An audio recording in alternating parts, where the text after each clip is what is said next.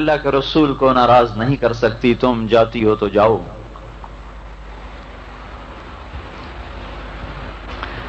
سائیوال میں ایک دھوبی کے بیٹے نے چلا لگایا، اس کی منگنی ہوئی تھی گاؤں میں، وہ شادی کی تاریخ طے ہوئی، درمیان میں وہ چلے کے لیے چلا گیا، چلے سے واپس آیا تو داڑھی رکھی ہوئی، بارات موقع پہ چلی گئی۔ تو ہمارے ہاں دستور ہے جب کہیں ہماری شادی ہو تو ذمہ دار بھی اس میں شریک ہوتے ہیں، تو وہ گاؤں کا جو ذمہ دار وہ بھی وہاں اپنے اس دھوبیوں کے گھر میں بیٹی کی شادی میں شریک۔ اب یہ بارات پہنچی، وہاں ہنگامہ ہو گیا، کہا ہم نے تو جب دیکھا تھا داڑھی نہیں تھی، تب اس کی داڑھی مڑاؤ، ہم تو تب نکاح دیں گے۔ تو وہ سارے بارات والے، ماں کیا، باپ کیا، بھائی کیا، چاچے کا، کوئی گل نہیں پتر ہوں مناچا پیچھے رکھ لیں، ہوں ساری عزت دا سوال ہے۔ وہ کہنے لگا ایک پاسے تہاڈی عزت ہے، ایک پاسے میرے رسول دی عزت ہے، ہوں تو آپ پہ دسو میں کی کراں۔ پر جب آنکھوں پہ پردے پڑ جاتے ہیں تو دل پتھر ہو جاتے ہیں، کیا کروں، کیسے سمجھائیں، کہاں سے الفاظ لائیں جو دل میں اتر جائیں کہ یہ دھوکہ ہے جس میں آپ لوگ چل رہے ہیں، یہ تباہی کی زندگی ہے جس کو آپ نے اختیار کیا ہوا ہے، اس کا انجام ہلاکت ہے۔ ان کا کوئی نہیں اللہ بڑا غفور الرحیم ہے پتر، اللہ بڑا مہربان ہے، کوئی نہیں، اور سارے اس پر چڑھ گئے۔ انہوں نے کہا یہاں سے گردن اتار دو، داڑھی نہیں کٹ سکتی۔ تو لڑکیوں نے کہا ہم لڑکی نہیں دیتے۔ انہوں نے کہا نہ دو، میں اللہ کے رسول کو نہیں ناراض کر سکتا، سارے جہان کو آگ لگا سکتا۔ تو یہ سارا منظر ہنگامہ کھڑا کہ اچانک وہ ذمہ دار کھڑا ہوا، کہ بھئی اے ساری بارات ٹور تے میرے بوئے تے آ جاوے۔ ساری بارات میں خود ذمہ دار کا بیٹھا ہوں، دھوبی نو دھی دیونا سوکھا کام کوئی نہیں۔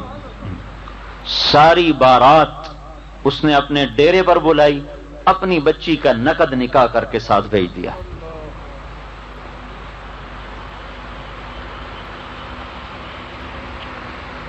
کیا کریں، ماحول کو دیکھنا پڑتا ہے۔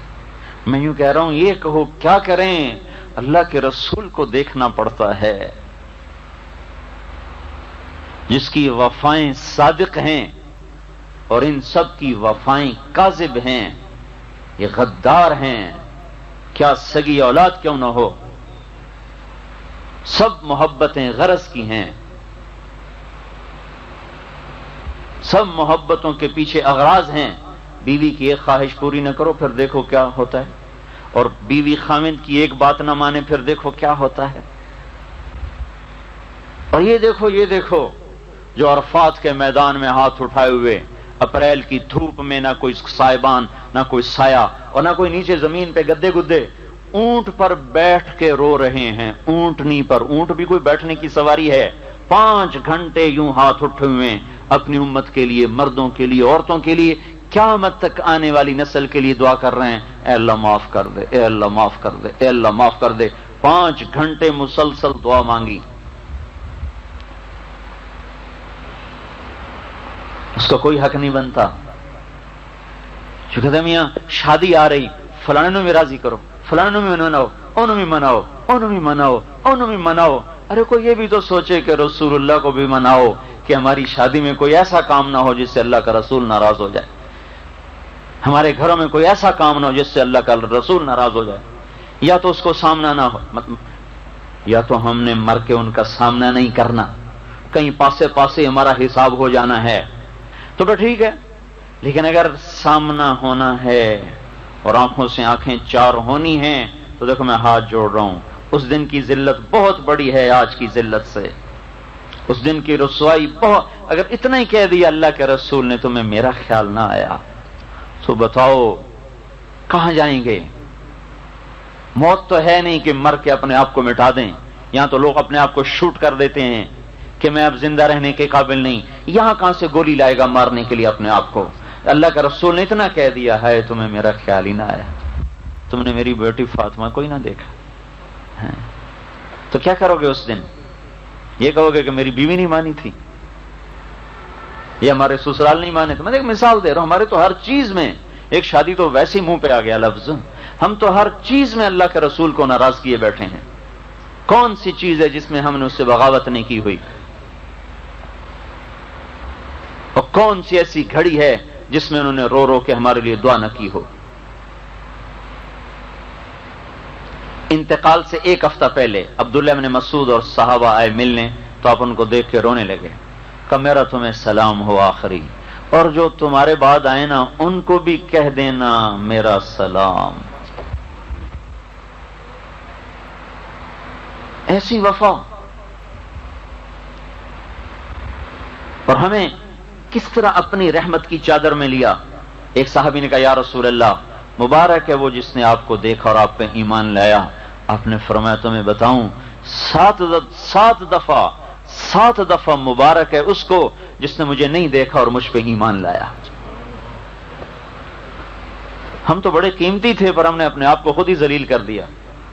یہ کیا کہے گی، وہ کیا کہے گی، وہ کیا کہے گا، وہ کیا کہے گا. کہتے رہیں آواز سگاں کم نہ کند رزق گدارا. کتوں کے بھونکنے سے کبھی کسی نے سفر نہیں بند کیا، کتے بھونکتے ہی رہتے ہیں. جو ہمیں اللہ اس کے رسول کی زندگی سے ہٹا رہے ہیں وہ ہمارے لیے بھونکنے والے کتے سے زیادہ حیثیت نہ رکھیں. یہ ایمان اللہ ہم میں دیکھنا چاہتا ہے. اور یہ گھر بیٹھے نہیں حاصل ہوتا، اس لیے ہم اپنی عورتوں کو بھی نکال کے لائے ہیں اور خود بھی نکلے پڑے ہیں. کس کے لیے؟ یکسوئی کے ساتھ بیٹھ کر اللہ کے، آخرت کے، رسالت کے، جنت کے تذکرے کر کر کے دل میں اتر جائے. حضرت عمر رضی اللہ تعالیٰ عنہ رات کو گشت کر رہے تو ایک عورت چرخہ کاٹ رہی. علیک صلاۃ اللہ و صلاۃ الابرار. رسول اللہ صلی اللہ علیہ وسلم کی یاد میں شعر پڑھ رہی کہ آپ پہ درود و سلام ہو اللہ کا اور اللہ کے نیک بندوں کا. کنت تقیا حجیئا بالاسحار. آپ وہ تھے جو راتوں کو اٹھ کے رویا کرتے تھے اور اللہ سے ڈرنے والے تھے.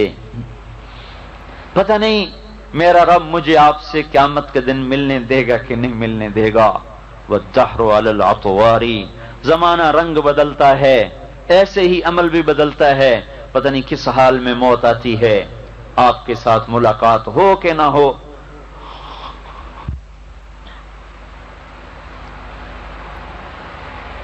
تو حضرت عمر گر گئے، وہاں گر پڑے. پھر دروازے پہ دستک دی. آدھی رات. کون؟ کا عمر. کمالی والے عمر.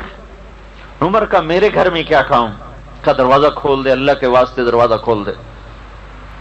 تو اس نے دروازہ کھولا. کہنے کہ وہ شعر تو سنا دے جو ابھی تو پڑھ رہی تھی. اللہ کے رسول کی محبت میں جو کہہ رہی تھی ابھی تو سنا دے. یہ کیا دل ہیں جو اللہ اس کے رسول کی محبت میں نہ کبھی لرزے، نہ کبھی تڑپے، نہ کبھی کسک. یہ کیا دل ہیں؟ ان پتھروں کو لے کے ہم مر جائیں تو کیا قیمت ہے ہماری؟ یہ سفید کپڑوں پہ تو لوگ دیکھتے ہیں ہاں بڑے میاں صاحب ہیں. ارے یہ کچھ بھی نہیں، اس کے پیچھے پخانہ چھپا ہوا ہے.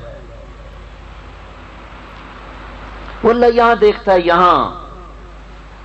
یہاں کیا ہے؟ کون ہے؟ وَحُصِّلَ مَا فِي الصُّدُورِ. اور قیامت کے دن دل چیر کے دیکھے گا کس کو دل میں بٹھا کے آیا ہے. یہ بزم دل کس سے سجائی ہے؟ اس میں کون ہے جو اتنے دکھوں میں نہ بھولے ہم اس کی زندگی کو یوں اٹھا کے باہر پھینک دیں تو کبھی غم بھی نہ ہو کہ ہائے میں نے کیا کر دیا.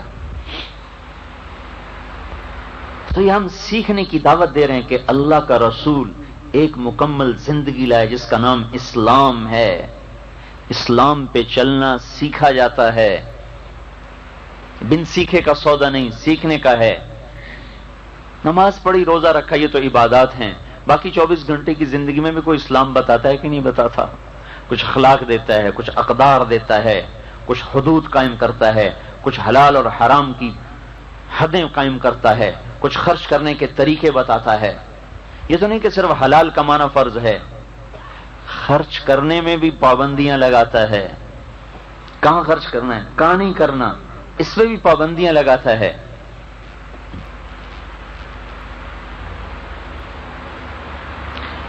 کمائی میں بھی آزاد نہیں چھوڑا، طریقے بتائے.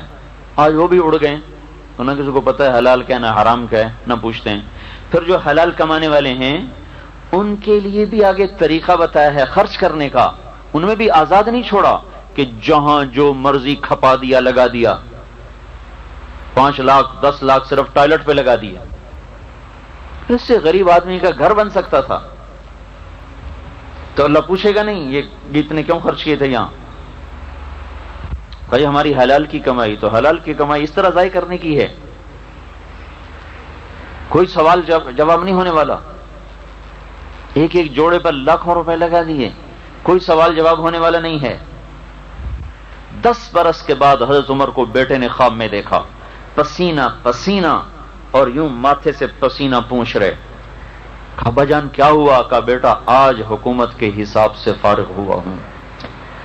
10 سال حکومت کی، 10 سال کے بعد خواب میں بیٹے نے دیکھا اور پسینہ پسینہ. کہا بیٹا آج حکومت کے حساب سے فارغ ہوا ہوں. عمر جیسا حساب دیتے پسینے پسینے ہو جائے، یہ آج کی عورتیں کیا حساب دیں گی جو اسراف کر، اور یہ مرد کیا حساب دیں گے، یا میں اور آپ کیا حساب دیں گے جہاں ہماری کمائی آزاد، ہمارا خرچ آزاد.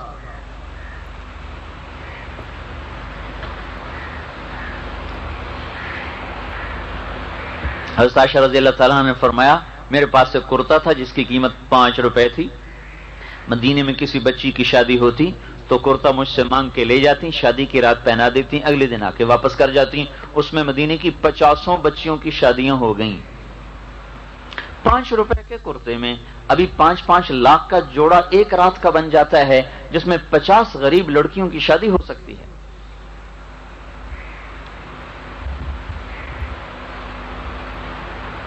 ہم نے یہ زندگی سیکھی نہیں. معاشرت اللہ کے رسول کی، آپ کو پتہ نہیں ایک سوال مستقل ہے، عن مالی، پیسہ من این اکتسبتہ، کہاں سے کمایا تھا، یہ ایک سوال ہے.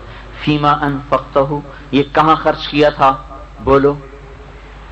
تو اگر پھنس گئے تو کیا بنے گا ہمارا اس وقت.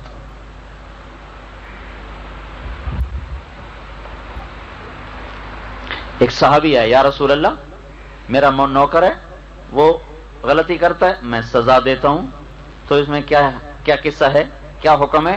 آپ نے فرمایا اگر اس کی غلطی اور تیری سزا برابر ہے تو پھر چھٹ جاؤ گے، اگر اس کی غلطی کم اور تیری سزا زیادہ تو پکڑے جاؤ گے. تو زارو قطار رونے لگے کہ یا رسول اللہ پھر اس کا حل یہی ہے کہ میں اسے آزاد ہی کرتا ہوں. یہاں تک ترازو کو قائم کیا جائے گا.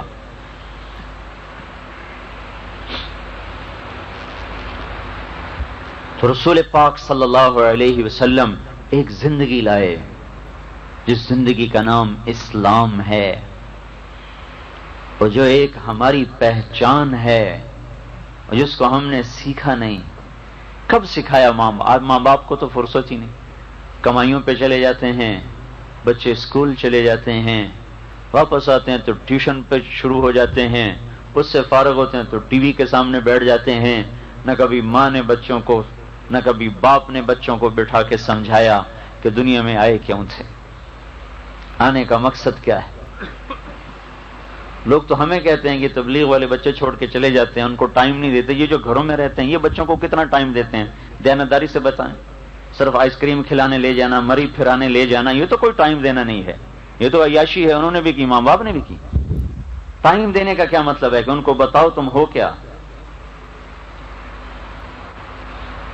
کس لیے آئے ہو، کیا مقصد ہے.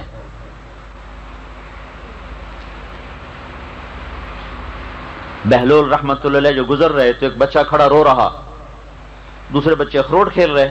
انہوں نے سمجھا اس کے پاس اخروٹ نہیں ہے تو میں اس کو لے کے دے دیتا ہوں. کہنے لگا بیٹا تو رو نہیں، میں تجھے اخروٹ لے کے دیتا ہوں، تو بھی کھیل. اور کہنے لگا بہلول ہم کوئی دنیا میں کھیلنے آئے ہیں. تو ان کو تو توقع نہیں تھی یہ بچہ ایسا جواب دے گا. اچھا اللہ کی عبادت کرنے آئے ہیں. کہا بچہ ابھی تو بہت چھوٹا ہے، تیرے یہ غم کی چیز نہیں ہے، ابھی تو اس منزل میں آنے میں بھی وقت پڑا ہے.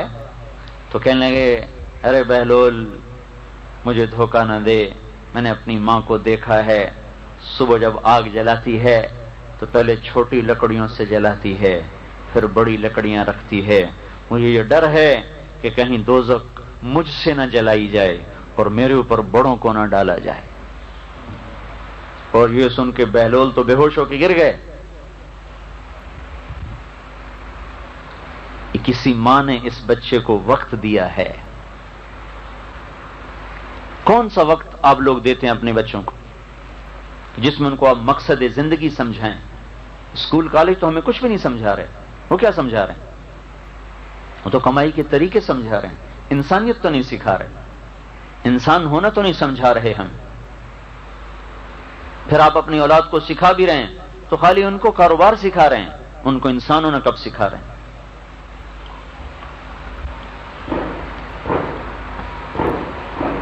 تو اس لیے ہم وقت مانگتے ہیں بھائیو. ماں باپ کی ایک ذمہ داری ہے. اللہ تعالیٰ نے عورت کو گھر میں بٹھایا ہے، کس لیے؟ فارغ نہیں ہے، بہت بڑا کام دیا ہے. انسانیت کی نرسری کو تیار کرنے کا کام ہماری عورت کو ملا ہوا ہے. اس لیے سارے کام اللہ نے مرد کے ذمہ لگا دی. کما کے بھی لاؤ، بازار سے کوئی سودا تو وہ بھی لا کے دو، اس کو گھر میں رکھو، اس کو پردے کی چیز بنائے. عورت کہتے ہیں پردے کو عورت کا نام ہی پردہ ہے. اور اس کا اسلام نے ایسا پردہ رکھا ہے کہ اس کے نام کے اظہار کو بھی پسند نہیں فرمایا. چہ جائے کہ وہ کھلے بال بازار میں پھرے. پورے قرآن میں کسی ایک عورت کا نام نہیں آیا، صرف حضرت مریم کا نام ہے قرآن میں بس. باقی سارا قرآن آپ الف لام سے شروع کریں، آپ والناس پہ پہنچ جائیں، آپ کو ایک عورت کا نام نہیں ملے گا. مریم علیہ السلام کا نام قرآن میں جو آیا ہے وہ اس وجہ سے آیا کہ ان کے بیٹے کو لوگوں نے کہا یہ اللہ کا بیٹا ہے، تو اس پر اللہ تعالیٰ نے اس الزام کو صاف کیا کہ ذالک عیسی ابن مریم، سنبھل کے بولو میرا نہیں مریم کا بیٹا ہے. باقی جہاں بھی عورت کا نام آیا تو امرات فرعون کی بیوی، تو اگر اللہ آسیہ کہہ دیتا تو کیا حرج تھا، تاریخ میں ہے نام. امرات العزیز گورنر کی بیوی، اگر اللہ زلیخا کہہ دیتا تو کیا حرج تھا، زلیخا نام موجود ہے. امرات نوح کی بیوی، امرات لوط علیہ السلام کی بیوی. عورت کا نام خامد کی نسبت سے آیا ہے، یا بھائی کی نسبت سے، یا اخت ہارون، اے ہارون کی بہن، یا باپ کی نسبت سے، خامد کی نسبت سے. نام براہ راست مریم بس. علماء نے اس پر یہ لکھا ہے کہ اللہ تبارک و تعالی اس طرز کلام سے یہ بات سمجھا رہے ہیں کہ عورت کا نام بھی عورت ہے، یعنی چھپا ہوا. عورت کا نام بھی پردے کی چیز ہے، وہ بھی بغیر ضرورت کے ظاہر کرنا ناپسندیدہ چیز ہے. تو چہرہ کھول کے پھرنا یہ کہاں سے جائز ہو جائے گا؟ ویسے تو جائز کرنے کو جو مرضی جائز کروا لیں، ہر جگہ ایسے مفتی مل جائیں گے. لیکن ایک مفتی ہے جو اندر بیٹھا ہوا ہے، جو کبھی کبھی جب بیدار ہوتا ہے تو پورے وجود کو پریشان کر کے رکھ دیتا ہے. پھر ہم اس کو تھپ تھپا کے سلا دیتے، سو جا، تاکہ مجھے دوبارہ وہ اندر سے پریشان نہ کر دے.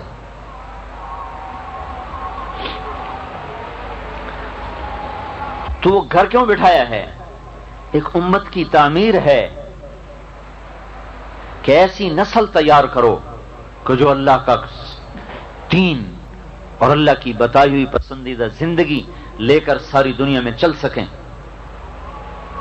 تو مرد تو پہلے ہی کمائی میں ہوتے ہیں، تھوڑا وقت ملتا ہے، زیادہ وقت تو ماں اپنے کاموں میں مشغول ہوگی. بچوں کو سکول اور نرسریوں، فیڈر منہ میں اور سکول جا رہے، کیا ظلم ہے بھئی، ہمارے زر سے جان چھوٹے. اور وہاں سے آئے تو ٹیوٹر کے حوالے، وہاں سے آئے تو ٹی وی کے حوالے، جو یہود نے بیٹھ کے ہماری ساری نسل خرید لی. ایسا بے حیا معاشرہ ہمیں دے دیا کہ جہاں حیا دار ہونا بے عزتی ہو گیا. برقع کرنا وہاں ایک شرم کی چیز بن گیا اور کھلے منہ پھرنا ایک شرافت کی چیز بن گیا. یا اللہ، کس دیس میں آ گئے جہاں الٹی گنگا بہتی ہے.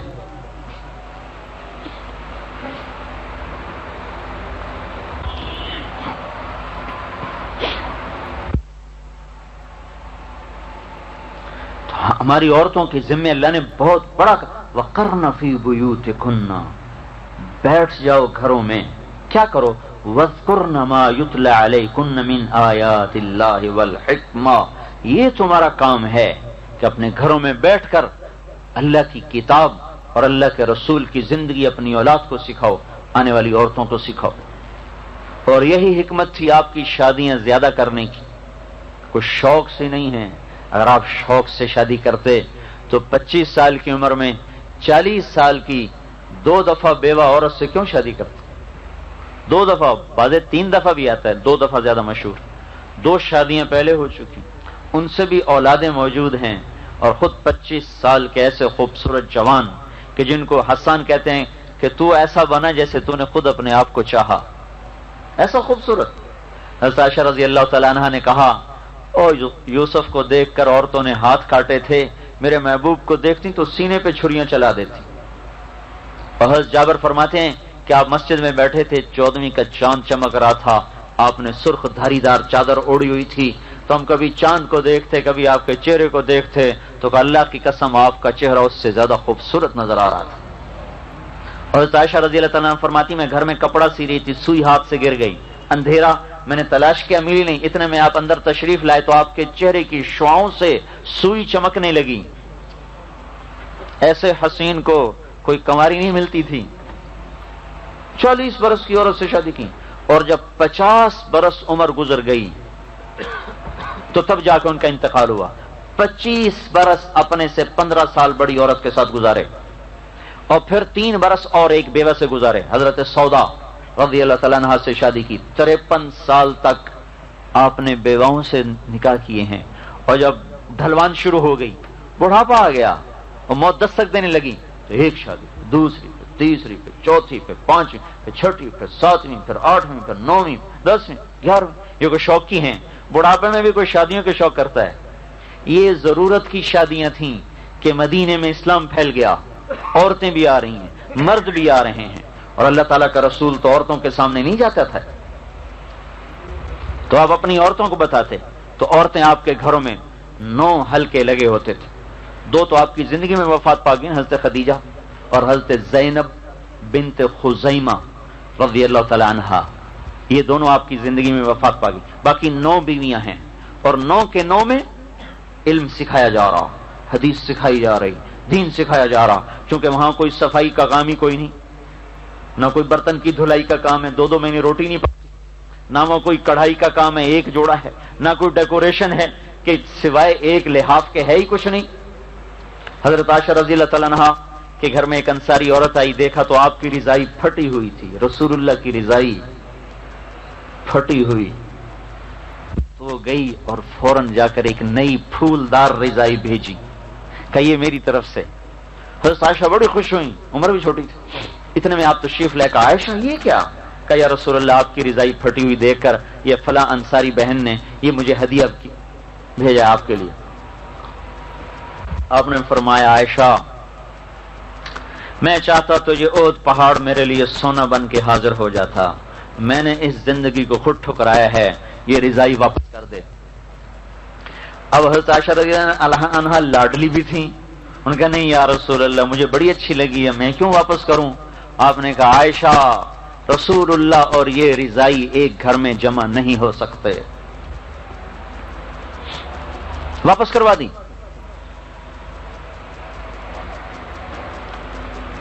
تو کچھ گھر میں سامان ہی نہیں جو آپ کی بیگمات کے لیے وہ مشغولی کا سبب بنے، تو کیا کام تھا؟ نسل کی تعمیر، نسل کی، انسانیت کی تعمیر. جو آج کی عورت کی اپنی نہیں ہوئی تو اولاد کی کیا کرے؟ تو اس لیے ہم کہتے ہیں بھائی نکلو اور پہلے خود ایمانی زندگی سیکھیں، اس کے حدود سیکھیں، اس کی ترتیب سیکھیں، پھر آ کے اپنی اولاد کو سکھائیں، اپنی بچیوں کو سکھائیں. کیونکہ ہم جانور تو ہیں نہیں کہ جنگل میں رہیں، ہم انسان ہیں، تو ہم نے ایک دوسرے کے ساتھ مل کے رہنا ہے۔ کسی کی بیٹی ہمارے گھر آئے گی، کسی کے گھر میں ہماری بیٹی جائے گی، تو اگر انہوں نے انسانیت نہیں سیکھی تو دیکھو آج کتنی گھروں میں سرد آگ ہے جو سلگ رہی ہے، ہڈیاں تک جل رہی ہیں، کہ لوگوں نے معاشرت سیکھی نہیں رسول اللہ کی، صرف پیسے پر گھروں کو دیکھا، شادیاں کر دیں، اگر یہ نہیں دیکھا کہ انسان بھی بنے ہوئے کہ نہیں بنے ہوئے، تو انسان تو بنتا ہے رسول اللہ کی زندگی کو سیکھنے سے۔ تو اس لیے گزارش ہے کہ ہم